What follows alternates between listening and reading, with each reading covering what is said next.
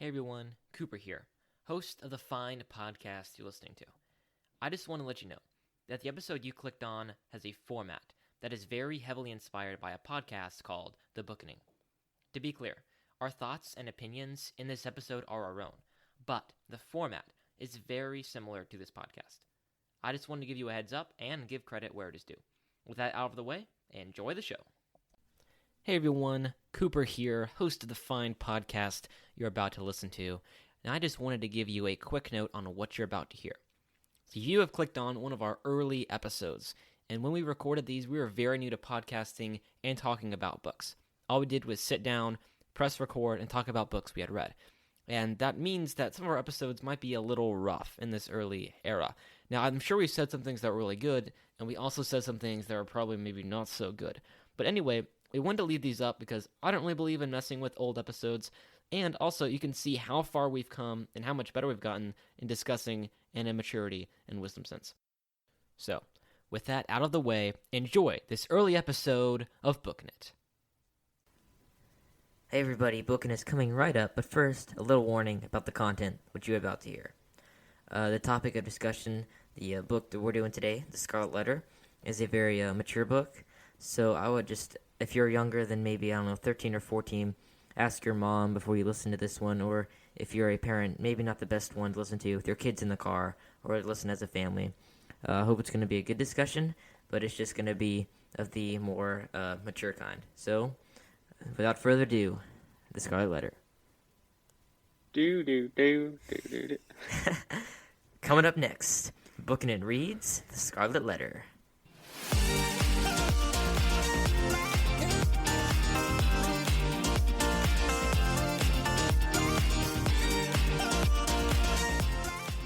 Hey everybody, and welcome to Bookin' It. I'm your humble and eloquent host, Cooper Cobbs, and I'm joined today by my three friends, Matthew Killingsworth. Howdy. Isaiah Radsky. Hi. And Tanner Lewis. Hello. Well, everybody, how are we doing today? Pretty We're good. doing good. Matthew, your audio quality is bad again. What is the deal with that? Mine is, so I feel like this does need a little explanation. I realized after we recorded last week that I never actually plugged in my microphone. He told us to, but he forgot to do it himself.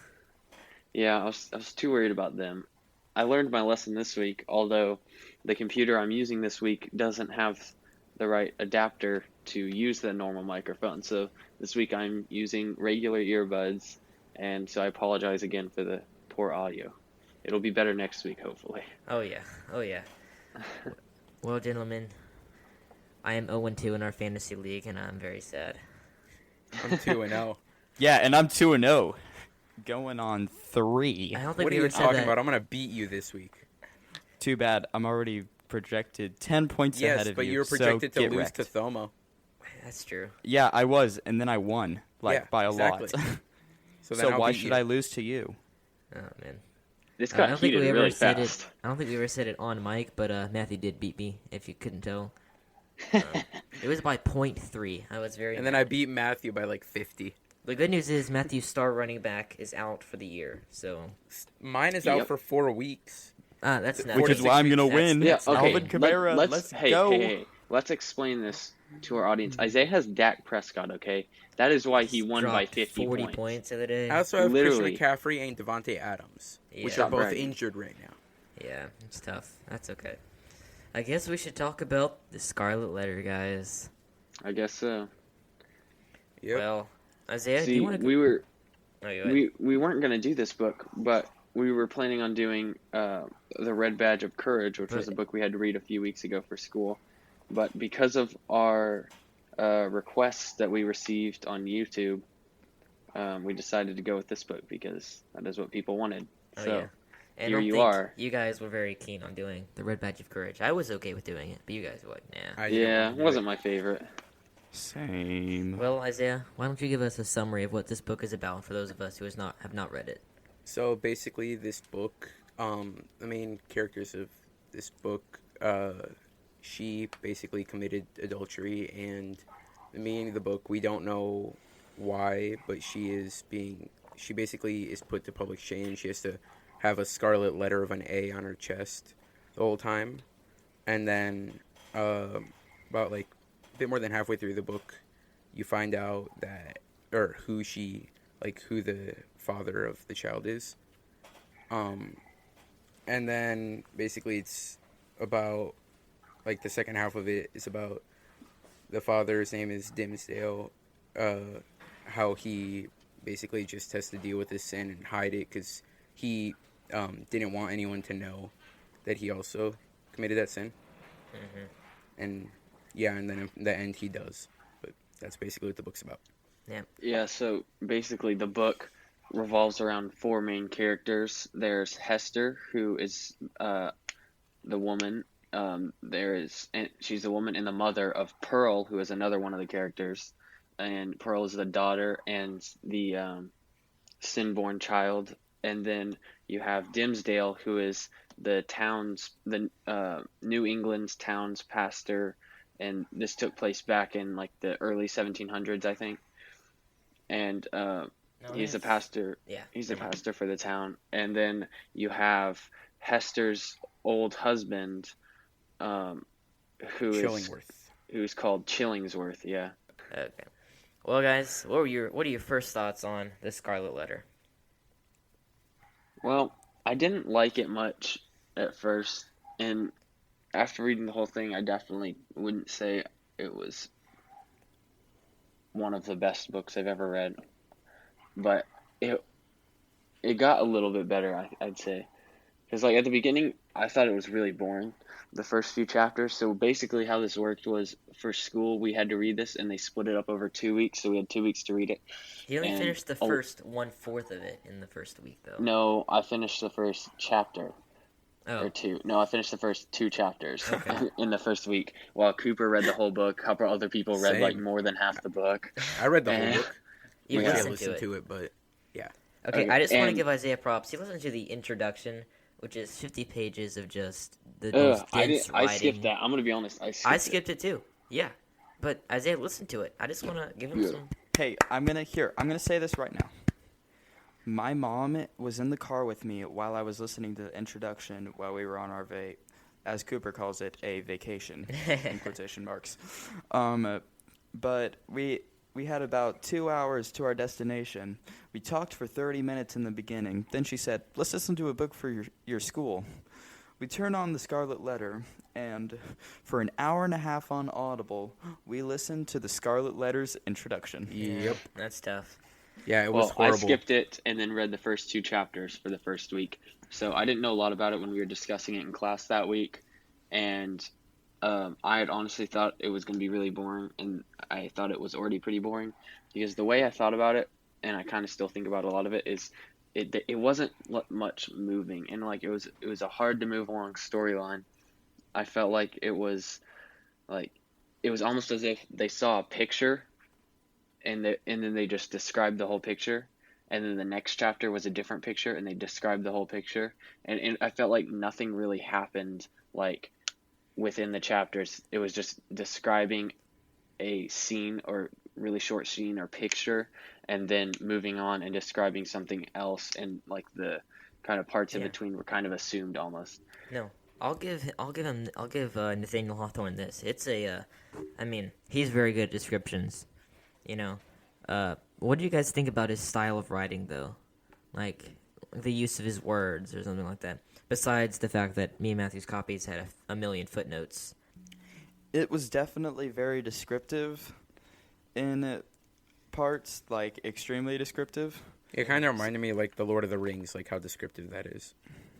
Oh, yeah. I mean, and good thing for him, but J.R.R. Tolkien, like, in a comparison right now, he keeps things moving in his description. He keeps things moving as he's doing it.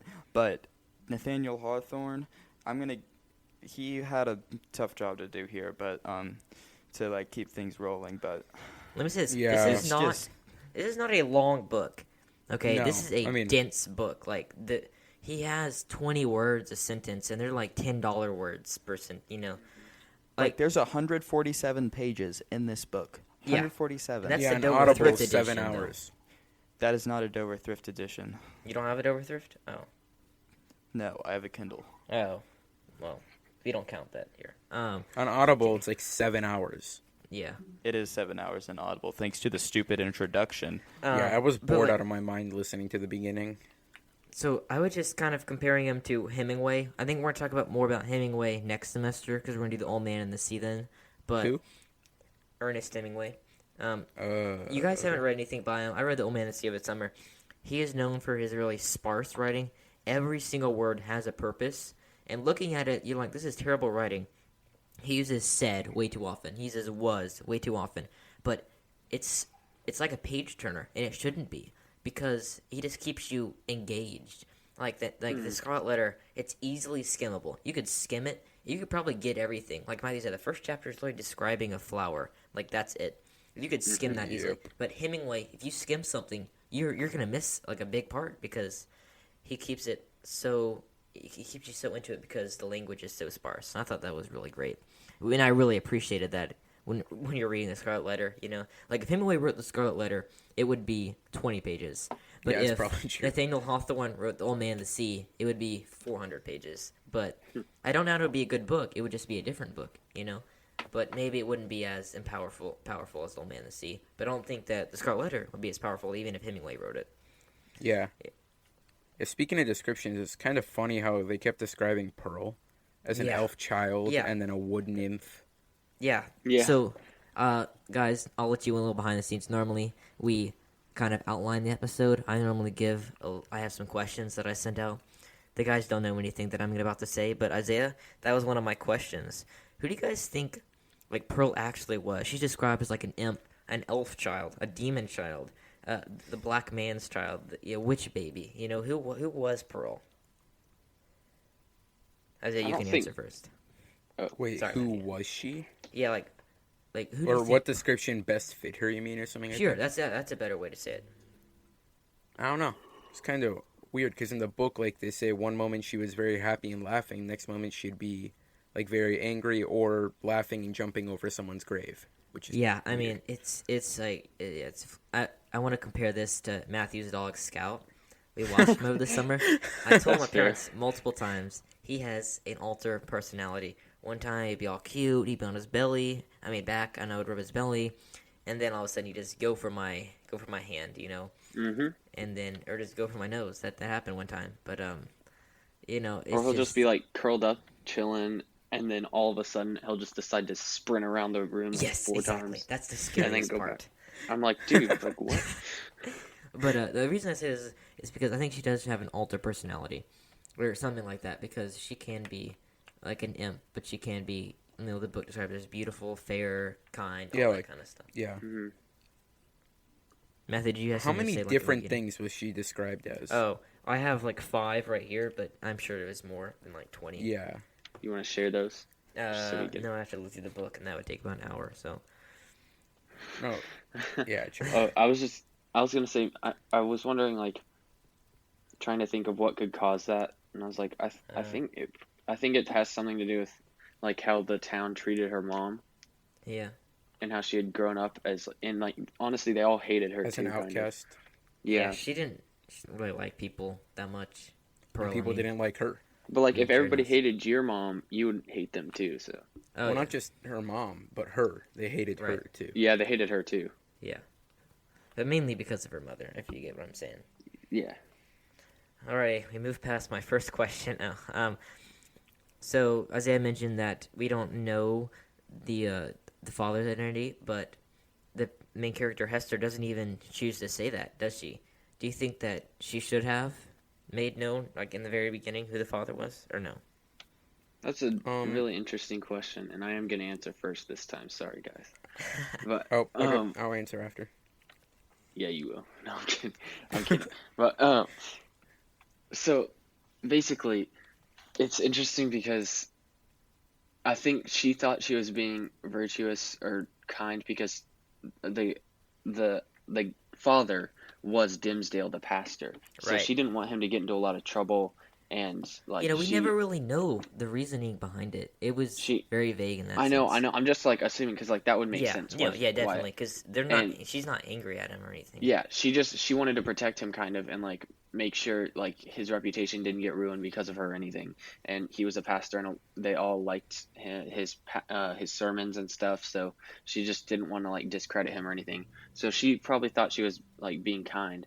But it's interesting because later he starts feeling guilty, and then like by the end of the book, he just or like honestly by like over halfway through the book, he's like consumed with guilt, and he's like feels so guilty all the time, and he's always worried about it and like stressing out, and he's like, let me interrupt you real quick to ask kind of like a follow-up question. You can continue, but like, do you think she did him a disjustice even by not kind of sharing his identity with the world? Yeah, that's what I was getting to. Okay. I think she did. She almost made it worse for him because then he was so guilty and stuff, but I don't think she was trying to make him feel guilty. She was trying to help him. She wasn't trying to, but she definitely made it worse for him. Okay, yeah.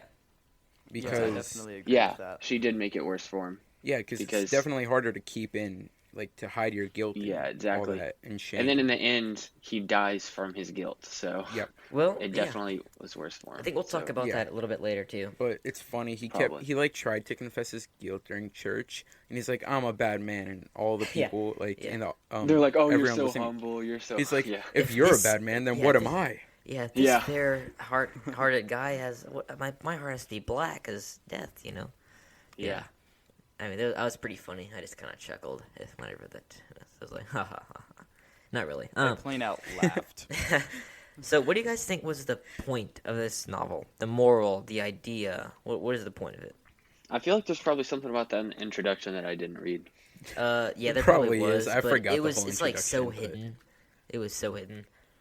Here, Tanner, I'm just going to outline the introduction right now for you. Okay, do it in like. Listen, I'm going to challenge you to do it in 20 words. I don't think it's going to be that hard, though.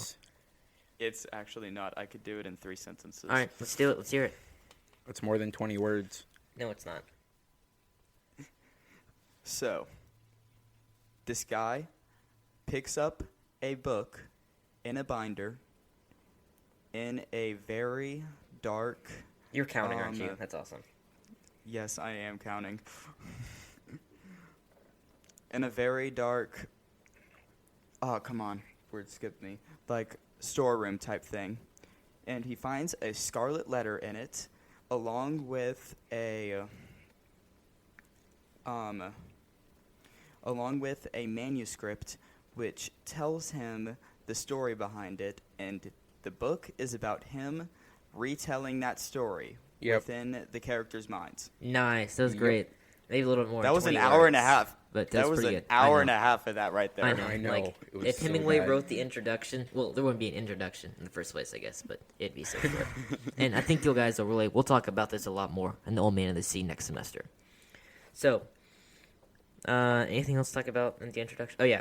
What is the point of this moral? We already said that. What's the point of this story? The moral, the idea behind it. Don't hide your sin. Yeah. Fair point. I think we said the sinner who comes out into the open is better than the sinner who stays hidden. Yeah, I think that's... You can quote me on that, by the way. He made it pretty clear that, like, Hester had it hard at first, or harder than Dimmesdale at first, because her guilt was out and everybody hated her and everybody knew about it.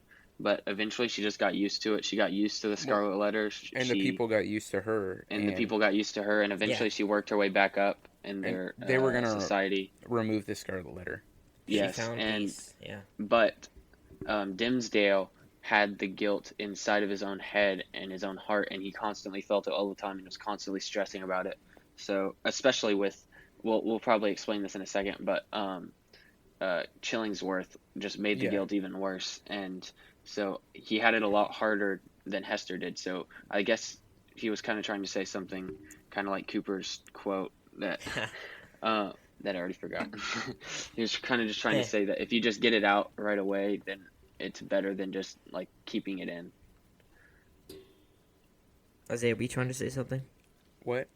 Oh yeah, about like for Dimmesdale in the end. I am confused about this because at the end it says that he like that some people saw the Scarlet Letter on his chest and some people didn't, and then stuff like that. Yeah, I How was about we confused talk about that that? too. Let's talk about that in a second. I want to have a couple more questions before we hop into Okay. the end, which will be very, very juicy. Oh, Cool. So character change throughout the story. So actually, let's talk about Chillingworth for a minute. What did Chillingworth exactly do to Arthur Dimmesdale?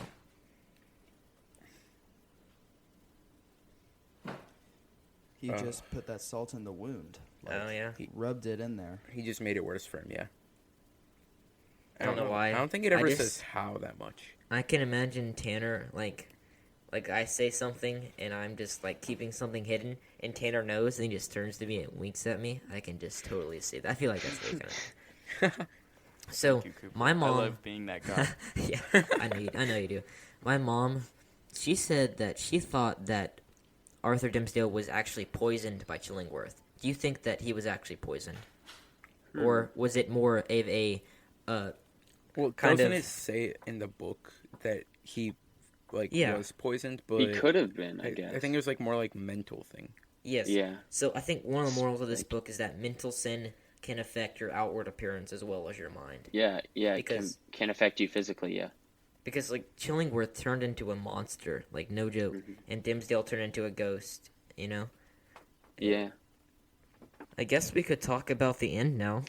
What do you guys have anything? What do you guys want to say about the end before I kind of dive in with some questions? Nothing really besides what I already said Well- about how I was confused about like, We should with the Alex. Scarlet Letter on Dimmesdale's chest if it was there or not.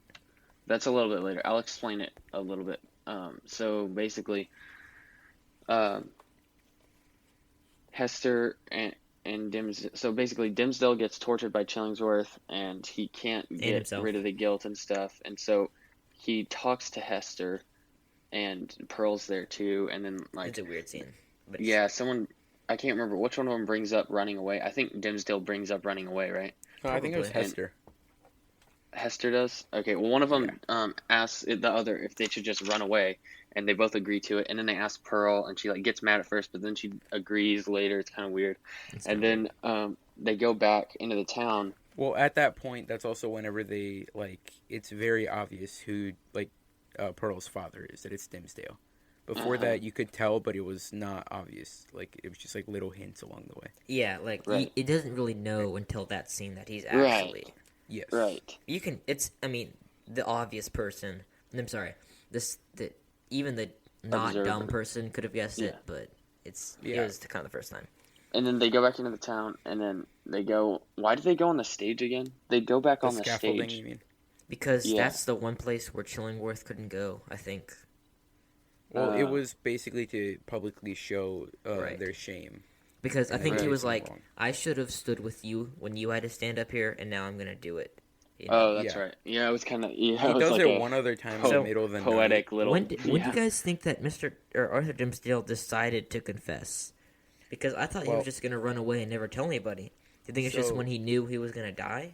He'd been wanting to confess for a while, Oh, duh. and then, like, he tried a couple of times. Like I said, while he was preaching, one time in the middle of the night, he went on the scaffolding and like yelled really loud, hoping people would come out and see him, but nobody did. Yeah, Idiot. yeah, yeah. But I think he'd wanted When- to, and then when he like got it into his head that he was gonna leave, he just like So, I don't You know, think just did it. do you think before he got up on the scaffolding, he knew he was going to die? Or no? I don't know. I mean, I don't think he knew. He I was think he gonna knew die. that he was. I But think he he knew wa- that he was a. He wanted to run away. Let Tanner speak. I think he's onto something. Yeah.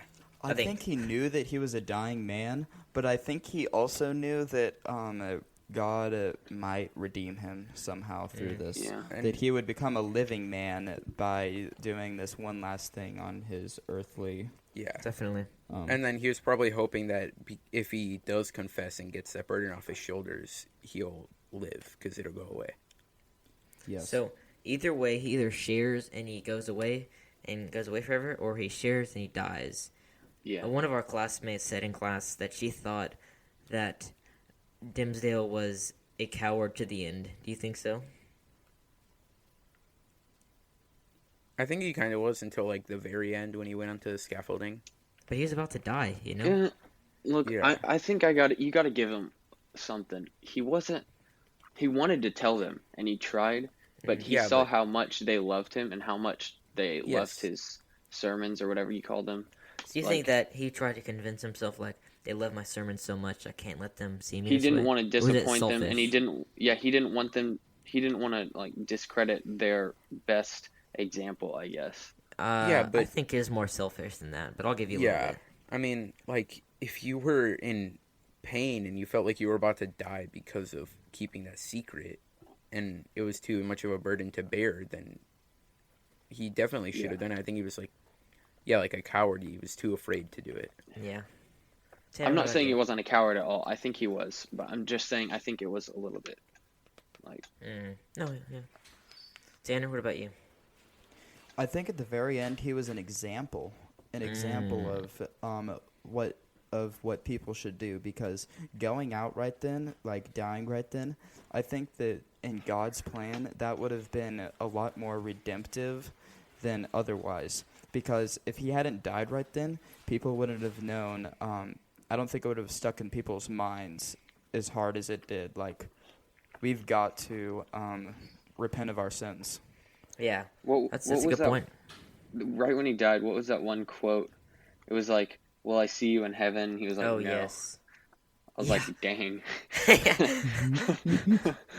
Strong I don't know what he said. Somebody want to look that up? Yeah, I'm looking for that right now. I'm looking at right now, actually.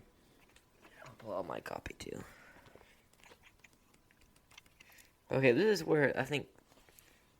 Oh yeah, he says, "I fear that it may be when we forgot our God, when we violated our reverence for each for the other's soul. It was thenceforth vain to hope that we could meet hereafter in an everlasting and pure reunion." So he's saying our sin was too bad. That's what he's saying here, right? Yeah. Mhm. Well, we know that's not true, right? Yeah, He kind of self-deprecated himself there. some pastor he was. So let me ask. This kind of leads to my next question. I think there are 3 ways that this answer could go, and I think you can make a case for all of them. So I'm interested to see what you guys think. This will be our last question before we go doing our shoutouts. But Wait, think- are we going to talk about the A, like Isaiah was saying? yeah, we'll talk about that. Yeah, go ahead and talk about that now, I guess. What do you want? Well, I just found the So- part where it was. Yeah, while looking for that, yeah, I saw a part where he's like, God has Right. given me this sign on my chest. So he actually, is that symbolic or is that real? He says it's there, but then No. later on it Yeah. says people who were actually there. Some of them say that there was the Scarlet Letter on his chest. Some people say that there wasn't. You know why So- I think that is? I think that some people refused to saw it and some people saw it. Yeah. Yeah. Yeah, I also think that there's more proof for it because of Roger Chillingsworth. Roger Chillingsworth. There was this one part. Chillingsworth. No. When he opened up his breast while he was like dead asleep, Yes. and then he saw the breast, and then he gasped, and then he walked away. Yeah. No, I think Yeah, it's actually. I was thinking of that. I don't I think was this like- can actually happen in real life, and I think it's a great a metaphor for real life. Yeah. Yeah. Mhm. Alrighty, so my last question is: this a story of redemption? B, a story of what not to do in life and what can happen to you if you do wrong in life? Or C, as my copy says, a romance? Which one of those? is It's it? not C. Okay. I think it's I know. B. It literally says the Scarlet Letter, a romance. That's what it says. What do you guys think? Most copies I don't actually think say any that. of I don't think any of those. Yeah, mine says Oh, a romance. interesting. I think it's I more don't think B any of those than any fit of it them. perfectly, but I'd say more B than any of them. Yeah. Yeah. B and C. B and C, nice. Oh, romance. Ooh. So you don't think this is a story of redemption at all? No, No. I thought that it was. I went A and Oh. B. Oh, I don't okay. know why I said B and C. Okay. No, I don't really think it's redemption. You know what? I don't. Okay, Matthew and Tanner, I'm going to set a timer. Matthew, you're going to get 1 minute to argue for your case, and Tanner, you're going to get 1 minute to argue for your case, okay? Alrighty, ready, Matthew? Okay. Set, go. So, we all know redemption comes from Jesus, and he redeems you and forgives you when you ask for it and when you believe in him. At the end, Arthur Dimmesdale decided that he had sinned too greatly. He and Hester had sinned too greatly, and that they, along with Pearl, are all going to die, and they are unredeemable and unforgivable for what they've done, and that they're going to die and go to hell, and there's no chance of them going to heaven. And that's basically what he said before he died. So even though his saying it has no power over anything, that shows that he did not believe in Jesus, in Jesus' redemption, or in Jesus' forgiveness, and therefore cannot be redeemed. Nice. 42 seconds. All right, Tanner. Ready? Yep. Set. Go. So, the reason that I think this is a redemption story is because that God was weaving through their entire life a common thread that Arthur Dimmesdale didn't want to repent of his sin. He just tried to hide it and repent of it himself and not bring it to the light for everyone to see. And then Hester got it put out to the light. It was hard for Arthur to watch Hester be in that situation where he committed the same sin as her, and to do that. And I think that God was just weaving this common thread between them that I'm going to, the peace that she has is the peace that I could have if I bring it out. Oh, what are you saying there? No, okay. Ooh. Alrighty. Nice job, guys. Nice job. Well, anything else to say about Scarlet Letter before we do dinner shoutouts? Nah, I think we mentioned everything. Yeah. I mentioned everything. Well, maybe Well, not. okay.